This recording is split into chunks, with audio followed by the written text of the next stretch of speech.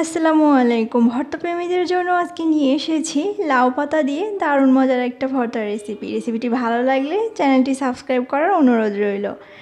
লাউ পাতা ভর্তার জন্য আমি লাউ পাতাগুলি খুব ভালোভাবে আগে ধুয়ে নিয়েছি আর এরকম কুচি কুচি করে কেটে নিয়েছি। আর দিয়ে দিচ্ছি 2-3 চিমটি লবণ আর অল্প করে পানি। এবারে এটা আমি চুলায় বসিয়ে দিচ্ছি আর অল্প আঁচে ভালোভাবে সেদ্ধ করে নিব। তো ভালোভাবে সেদ্ধ হয়ে গেলে আমি এটা চুলা থেকে নামিয়ে নিচ্ছি আর পানিটাও শুকিয়ে যাবে। এবার কড়াইতে দিয়ে দিচ্ছি অল্প পরিমাণে সরিষার তেল দিয়ে তেল গরম হয়ে আসলে এবার এতে দিয়ে দিব পরিমাণ মতো রসুন কুচি এবার ভেজে নিব। সোনালি কালার হয়ে আসলে রসুন কুচি একটা প্লেটে তুলে নিচ্ছি আর এই তেলের মধ্যে আমি কয়েকটি শুকনো মরিচ পোড়া পোড়া করে ভেজে নেব।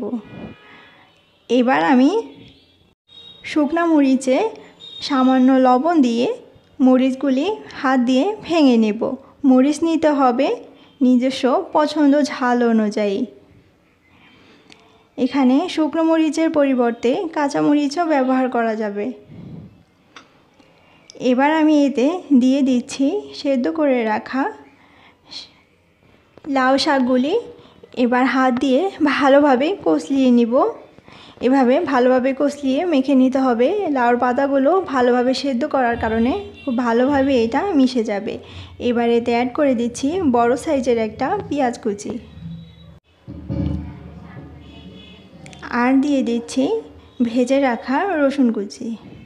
এবার হাত দিয়ে ভালোভাবে এই সবগুলি উপকরণ একসাথে মাখিয়ে নিতে হবে। সবগুলি উপকরণ একসাথে মাখানো হয়ে গেলে লবণটা চেক করে নিতে হবে ফাইনালি। আর এরপরে এতে অ্যাড করে দিচ্ছি আমি সরিষার তেল। পরিমাণ মতো সরিষার তেল দিয়ে দিচ্ছি। বাটাবাটি বা ব্লেন্ডারে ঝামেলা ছাড়াই এমন মজার একটা ভর্তা হলে আর কি লাগে। সবার সুস্থ সুন্দর জীবন কামনা করছি। আল্লাহ হাফেজ।